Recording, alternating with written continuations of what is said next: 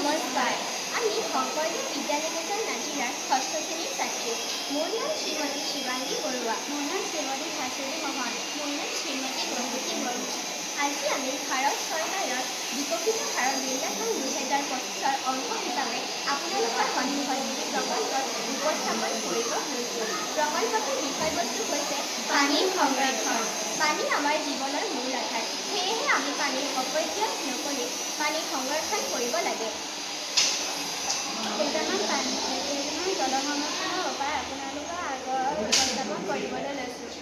গৃহকাৰ্যত ব্যৱহাৰ হোৱা টেপ কলৰ পৰিৱৰ্তে বাল্টিং পানী লৈ কাপোৰ কানি আৰু বাচন বৰ্তন ধুলে আমাৰ পানীৰ অপব্যয় কম হ'ব। মুখ ধোৱাৰ সময়ত টেপটো খুলি যোৱাতকৈ পাত্ৰত পানী লৈ ধুব লাগে।